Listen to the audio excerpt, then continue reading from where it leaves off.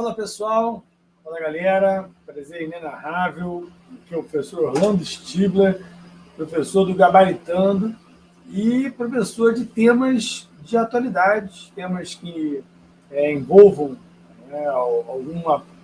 algum saber próximo da minha formação.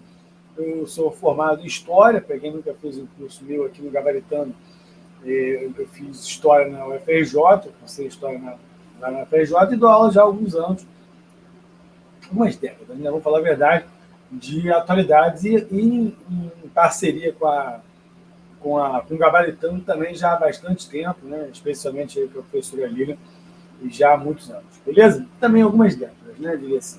Comecei a dar aula em 98, galera, já faz bastante tempo mesmo. E nesse nosso projeto, né, vocês conhecem bem, devem ter feito já, se não fizeram, né, serve muito mais para quem está fazendo a primeira vez, eu trago aqui alguns temas, né, e nesse caso, nesse ciclo, né, que vocês estão, que é o SEBRASP, né, CESP, eu elaborei os temas, claro, né, com apoio da equipe de português, brilhante equipe de português do Gabaritando, que é uma equipe realmente fantástica. E aí, junto com a galera, a gente pensou nos temas, mas dessa vez eu tive um pouco da dianteira aí desses trabalhos aí. Normalmente eu recebo o tema e se nos 30, e aí eu saio fazendo aí pesquisas para poder elaborar um bom vídeo que traga substância para você fazer uma redação nota máxima. Perfeito? Show de bola? Vamos lá, então vamos começar. O tema de hoje, redação de hoje, é o seguinte assunto. Eu trouxe esse trecho do livro Como as Democracias Morrem. Diz o seguinte: a via eleitoral para o colapso é perigosamente enganosa. Com um golpe de Estado clássico, como no Chile de Pinochet, a morte da democracia é imediata e evidente para todos. O Palácio Presidencial arde em chamas. O presidente é morto, aprisionado ou exilado. A Constituição é suspensa ou abandonada. Na via eleitoral, nenhuma dessas coisas acontece. Não há tanques nas ruas, constituições e outras instituições eleitos mantêm um verniz de democracia enquanto corroem a sua essência. Desculpa, eu acabei pegando uma linha. Constituições e outras instituições nominalmente democráticas restam vigentes. As pessoas ainda votam. Autocratas eleitos mantêm o verniz de democracia enquanto corroem a sua essência. Esse é um trecho desse livro aqui, Como as Democracias Morrem, de Steven Levinsky e Daniel Ziblatt. É um best-seller já há algum tempo, está nos mais vendidos já há bastante tempo. Eu achei que tivesse aberto na página exatamente que eu tirei essa passagem, mas não. Por acaso falando do Pinochet, mas não é a página. Pinochet foi o ditador do Chile, de 73 a 1990, que o texto alude, sobre a ditadura chilena, e ele faz o texto é interessante, para poder abordar um assunto muito atual, que é como hoje as ditaduras elas se camuflam, como essas ditaduras se utilizam de um verniz que dá um ar de democracia, quando, na verdade, são regimes autoritários. E é esse fenômeno, podemos dizer assim, que acontece hoje, e que já acontecia, mas hoje a gente tem chamado mais com esse nome, a gente chama de autocracia. Porque, basicamente, eu vou aqui falar um pouco, depois a gente vê os colunas da questão, a gente elabora a redação, só para viajar aqui um pouco no assunto. Porque esse texto, esse livro, que é um texto, um livro pequenininho, são 220 páginas, 220 páginas. Esse texto ele fala basicamente o seguinte: hoje, você não precisa colocar um tanque e fechar o Congresso, o Supremo, etc. Um golpe hoje não precisa ser necessariamente assim. Esse é um golpe típico dos anos 60, na América Latina, por exemplo, na América do Sul, no caso do próprio Brasil. O que o livro aborda é que há regimes hoje no mundo, e são vários, eu vou citar aqui ao longo da nossa aula, nossa pequena explanação sobre o tema, que usam as próprias instituições, que as pessoas votam, que o Congresso está aberto, que o judiciário supostamente está livre, funcionando, papapá, e há uma ditadura por trás disso. O cara está no poder desde 99. Putin. Né? O Erdogan na Turquia, no poder desde de 2003. Né? O Bashar al-Assad da Síria, desde 2000. E vão ficando. É claro que no caso aí do Assad, tem uma questão da região, né? Não estou dizendo que eles têm que ter uma democracia igual a nossa, mas é evidente que é um autocrata. E assim vai. E aí uma outra questão importante de situar aqui para a gente entrar no assunto, que é a democracia. Não se trata de uma exclusividade, o fetiche autoritário de ser da esquerda ou ser da direita. Assim, é bom não cair nessa esparrela. Tratando aqui o tema como ciência humana. Pode tanto ser um regime de esquerda autoritário quanto de direita. Né? Nós temos um exemplo de autocrata hoje na Nicarágua, Daniel Ortega, que foi um herói em 79 de uma revolução de esquerda e que durante muito tempo foi um emblema da esquerda internacional. E há autocratas de direita, como, por exemplo, o presidente da Hungria, Viktor Orbán. Então, você tem dos dois lados. E aí tem suas pautas diferentes. O que tem em comum é o autoritarismo e a permanência no poder, a não alternância. Show de bola? Vamos lá. Deixa eu acabar de ler o texto. Considerando que o fragmento de texto acima tem caráter unicamente motivador, redige um texto dissertativo acerca do tema a seguir: caminhos para fortalecer a democracia. Ao elaborar seu texto, aborde necessariamente os seguintes aspectos. É bem estilo SESC, né? Defina possíveis razões históricas para a existência de riscos às democracias modernas. Enumere práticas que caracterizam o fenômeno da autocracia na atualidade. Já apresentei para vocês o conceito de autocracia. E como as democracias podem se fortalecer em tempos de crescimento do extremismo político. E aí, deixei aberto se direita ou esquerda, que tem dos dois lados. Então, tá aí. E aí eu trouxe aqui no slide uma resposta atrás da outra. Né? Assim, de forma bem organizada, a primeira pergunta que nos foi imposta aí pelo autor do tema, que no caso foi eu mesmo. Defina possíveis razões históricas para a existência de riscos às democracias modernas. Eu enumerei aqui, vou mostrar só no slide agora. Primeiro, o autoritarismo. Né? E eu vou dividir a tela aqui. Orlando, isso aí está vago, né? Mas é como ideia mesmo. A gente é herdeiro, né? Nós somos herdeiros de uma sociedade autoritária. Né? A nossa história curta, né? como Brasil, né? Como país, eu estou falando mais de Brasil, ou de continente. Vamos expandir isso para a América do Sul, né? Para onde as democracias são mais vulneráveis. Né? São países recentes. Vamos incluir a África. As independências dos anos 50, 60, 70, 80. Então, são países que no seu passado, que todos eles foram colonial, viveram regimes autoritários. O nosso caso aqui, por exemplo, dá para a gente explicar N questões da atualidade, como o racismo estrutural, a desigualdade, né, o problema da terra, né, uma série de discussões aí. Agora, em relação ao autoritarismo, a sociedade colonial brasileira é uma sociedade autoritária, violenta.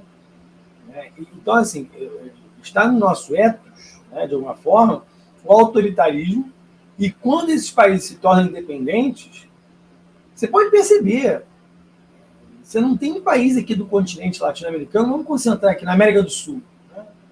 Na América Central também, na América do Sul, que tenha tido uma história de respeito à democracia. Então, é um DNA, né? É algo que vem lá de um passado que no continente os Estados Unidos lá em cima escaparam, né? Um país que teoricamente, né, você tem uma democracia que não houve nenhum golpe de Estado, né? Nada, nenhum episódio como, por exemplo, a ditadura, né?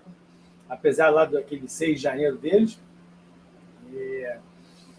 O fato é que o nosso continente é muito vulnerável a tudo isso. Então, o autoritarismo ele é histórico, né? É uma herança que nós temos aí que lidar, sem dúvida nenhuma.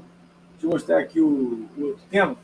Ditaduras recentes. Isso é outra questão. Por que as ditaduras hoje, nossas, estão, ou melhor dizendo, por que a nossa democracia pode sofrer algum abalo, né? Ou a gente tem sempre discute riscos da democracia, né? Porque nós vemos isso há pouco. Né? Eu estava falando agora do autoritarismo. Nós vivemos os anos 60. Os anos 60 é quando os anos 50 Paraguai, né? Os anos 60 todo mundo aí. Né? O Paraguai 54, né? O Brasil 64, e vai embora. Os anos 70 Argentina, 76, antes o Chile 73, o Uruguai teve ditadura, todo mundo, Bolívia. Então, a nossa redemocratização, eu digo a nossa do continente, é muito recente. E aí eu vou entrar no assunto que eu vou, acho que, falar algumas vezes. As nossas instituições são instituições ainda fragilizadas por longos períodos ditatoriais. A Argentina tem várias ditaduras. O Brasil teve duas no século XX. O Brasil teve a ditadura do Getúlio Vargas, do Estado Novo, de 37 a 45, e a ditadura militar, civil-militar de 64 a 85.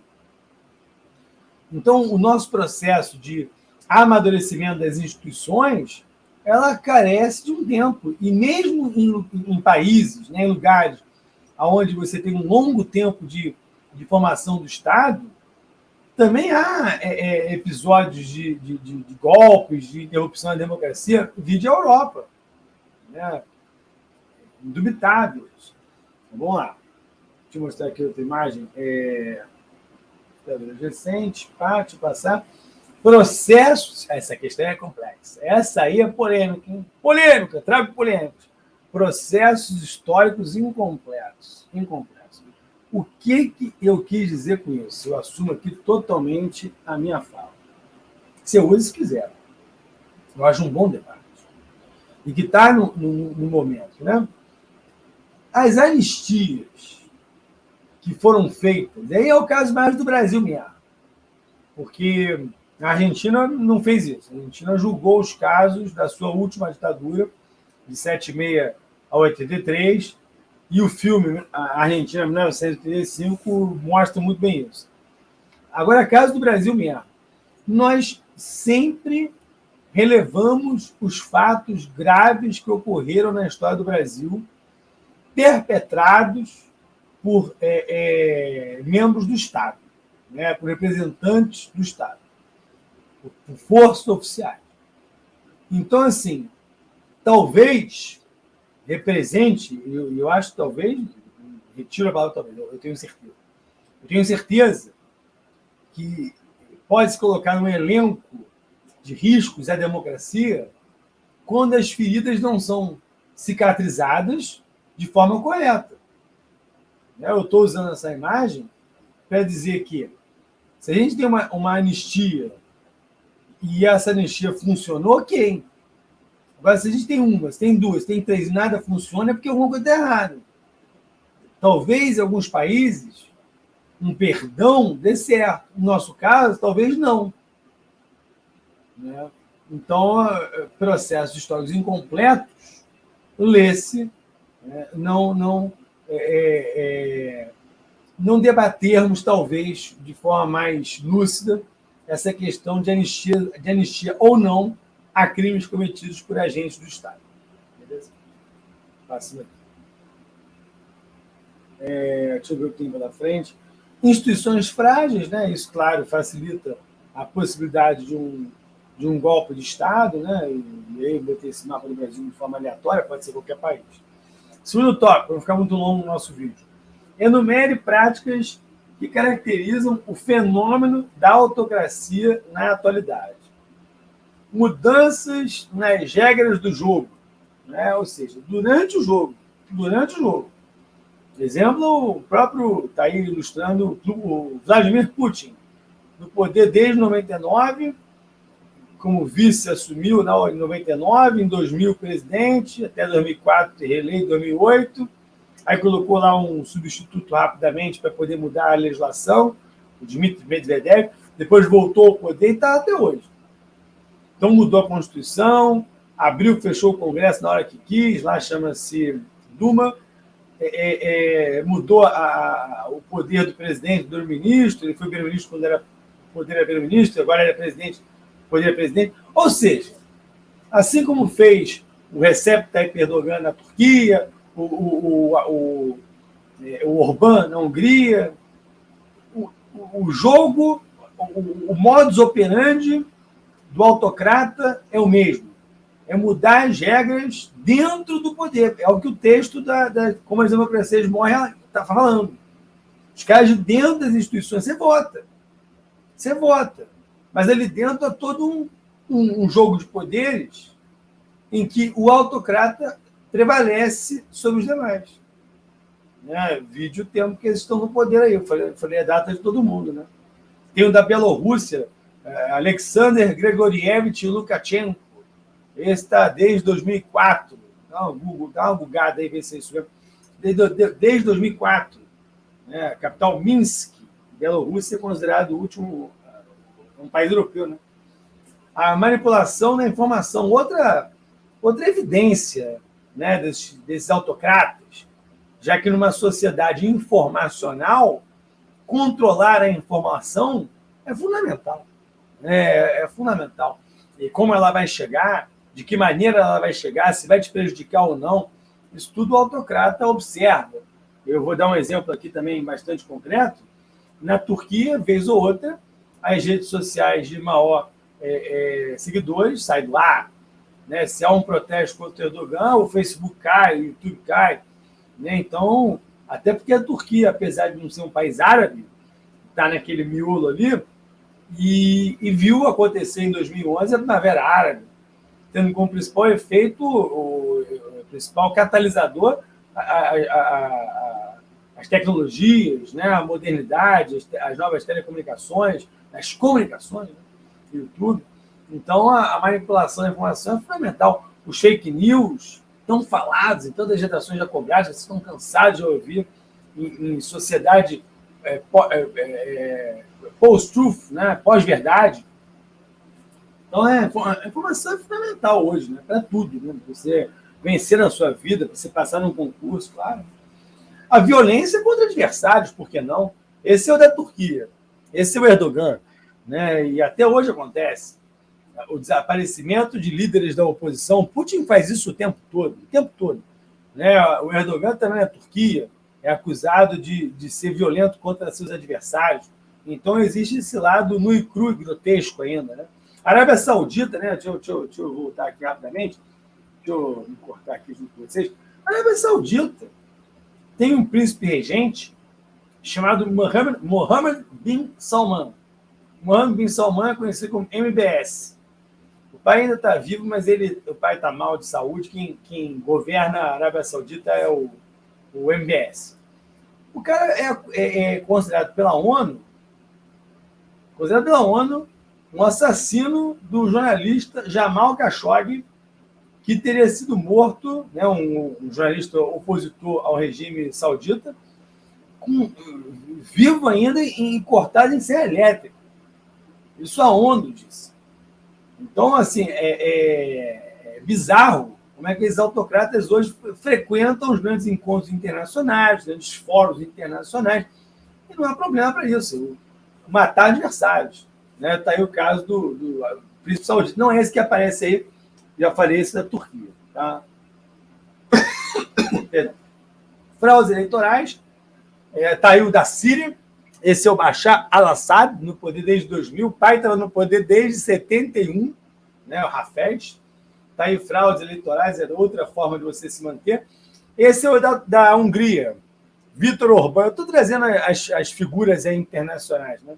Viktor Orbán, que manipula também as instituições, né? Consegue, inclusive, outra coisa importante aqui, né? Talvez, eu acho que vale a pena Eu acho esse assunto espinhoso. Talvez eu não colocasse na redação, não. Ficaria um pouco esquerda demais.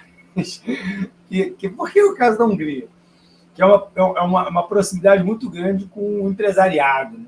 O Hitler chegou ao poder acima. Não estou dizendo que toda vez é isso. Não estou dizendo que todo empresariado apoia projetos autoritários. Mas o Hitler chegou ao poder assim. E na Hungria também aconteceu um negócio parecido. Porque lá, leis que estão sendo aprovadas a toque de caixa na economia são leis muito duras com relação ao trabalhador e todos os níveis de trabalho. E exigindo horas extras, com pagamentos a perder de vista, em anos a perder de vista. Assim, protestos toda hora na capital da Hungria. Então, há uma certa proximidade entre o grande capital e esses regimes autoritários. Agora, como isso colocar na redação sem que soe algo panfletário, eu acho que é uma forma de você pensar melhor. Joguei a ideia aí, que é. Agora não me arriscaria também, não sei como é que eu faria isso. Perguntaria para a Lilian, tá legal? Vamos lá. Ou para quem corrigir, né? Falei a Lilian, mas temos uma belíssima equipe aí. Eu estou aqui olhando porque eu tenho que passar, eu me perdi aqui no slide. Peraí, achei. A última pergunta para a gente encerrar o nosso vídeo. Como as democracias podem fortalecer-se, né, em tempos de crescimento do extremismo político? Primeiro, educação. Assim, é cacuete de professor, né? Eu não tenho muito o que fazer. Todo tema meu aqui, violência urbana, violência o quê? Eu sempre falava aqui educação. Mas se você tem numa escola hoje, né? Inclusive a gente tem a oportunidade agora com os novos currículos e tudo mais, o estudo de ciência política, né? De um debate, por exemplo, de atualidades, né? Que agora tem. Eu acho que isso tende a elevar o nível da sociedade, pouco a pouco, e blindar de aventureiros autoritários, de esquerda ou direita. Eu acho que o cidadão crítico ele não vai cair em informação incorreta. O cidadão educado, né, e no sentido de educado politicamente falando, ele vai buscar fontes, ele vai desconfiar, se ele estiver evidentemente desprovido de uma ideologia que talvez o segue de fazer uma filtragem da verdadeira informação. E a educação, eu acho que nos livra, talvez, do fanatismo político. E quando a gente fala de extremismo, nada mais é do que fanatismo. Né? Você ser fanático por uma coisa que não faz o menor sentido você ser fã. Você pode ser fã de uma banda de rock. Né? Você pode ser fã de um clube de futebol, de um político. Né? Ele pode te trair. Né? Eu tenho que te dizer isso. Ele pode ser um péssimo político, ele pode ser um déspota. Agora, outra coisa que fortalece, e a educação traz junto, essa é uma foto da França, por exemplo, é a participação popular. Né? É você ter a população atenta e atuante, não só em plebiscitos e referendos, democracia direta, mas através da democracia indireta, sim, você fiscalizando o parlamentar que você votou, quais são os projetos que ele está votando, o que ele está deixando de votar ou está votando, se você concorda ou não, o e-mail dele, sabe? Dá para você ter contatos hoje. E fazer tudo dentro do ambiente da política. Eu acho que não há salvação, por mais que nós estejamos, né, descrentes da política, de uma saída para a democracia que não seja dentro do ambiente democrático.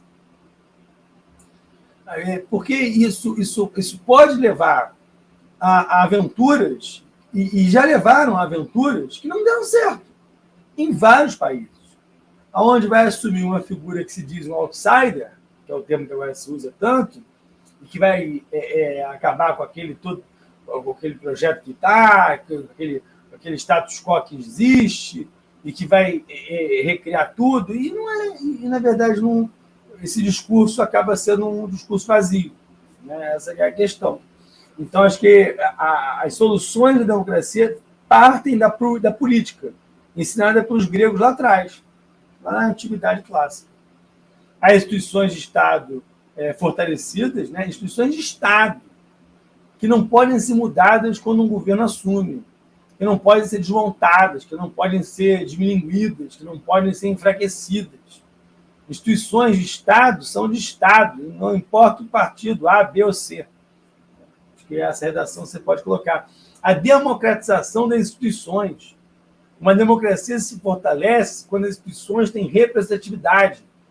Quando você tem um judiciário com a presença de negros, de mulheres, né, de transexuais, enfim, de todo tipo de gente, de todo tipo de pessoa, de indivíduo. Então, a democratização de uma sociedade, ela passa pela democratização das próprias instituições, que vai voltar para a sociedade. É evidente, é um outro olhar. Não é o olhar apenas de um segmento da sociedade, no nosso caso, do branco, do homem, daquele estereótipo. A liberdade de imprensa. Não é possível que, numa sociedade informacional, a gente não possa ter acesso à informação de qualidade. A gente está repleto de informação. Estão as redes sociais aí que não nos deixam mentir. Mas o problema é filtrar o que é uma informação correta e o que não é. E não cair na esparrela de estar numa bolha informacional ou desinformacional e acreditar só naquilo que está sendo dito. Isso é muito perigoso. Isso é um fenômeno do Brasil, isso é um fenômeno mundial. Então, a liberdade de imprensa é fundamental, né? E da grande imprensa. Aquela imprensa reconhecida como uma imprensa profissional. Que essa é uma imprensa que, inclusive, motivo de críticas. Mas de críticas dentro de um parâmetro, né? E não da eliminação dessa grande mídia e de uma substituição de uma mídia pirata, né? Que aí não faz muito sentido. E, para terminar, eu acho que esse é o último tópico, justiça social, né? Justiça social, redução da violência do Estado e respeito às minorias. 3 pontos sociais. Isso fortalece a democracia. Você ter pessoas nessa condição, que está nessa foto, em condição de rua, não torna essa pessoa uma pessoa cidadã. Você ter uma violência de Estado, subjugando cidadãos, não empodera cidadãos que possam discutir qual é o seu verdadeiro papel numa sociedade. Pelo contrário, são oprimidos, como são as minorias. Então, assim, há uma série de questões que poderiam ser aplicadas. Esse é o último slide mesmo, tá vendo? Vou voltar aqui para mim. Que são questões sociais que podem parecer distantes da questão política, mas estão super conectadas. E eu usaria fartamente na sua redação. Beleza, galera? Espero ter contribuído aí com o tema. E qualquer coisa, olha, leia um livro, Como as Democracias Morrem, best-seller internacional, editora Zaha, está aqui junto com a coleçãozinha aqui de livros, né, que a gente pode ter. Bom, um abraço para todos e até o próximo vídeo. A gente se vê no Gabaritão. Valeu, galera!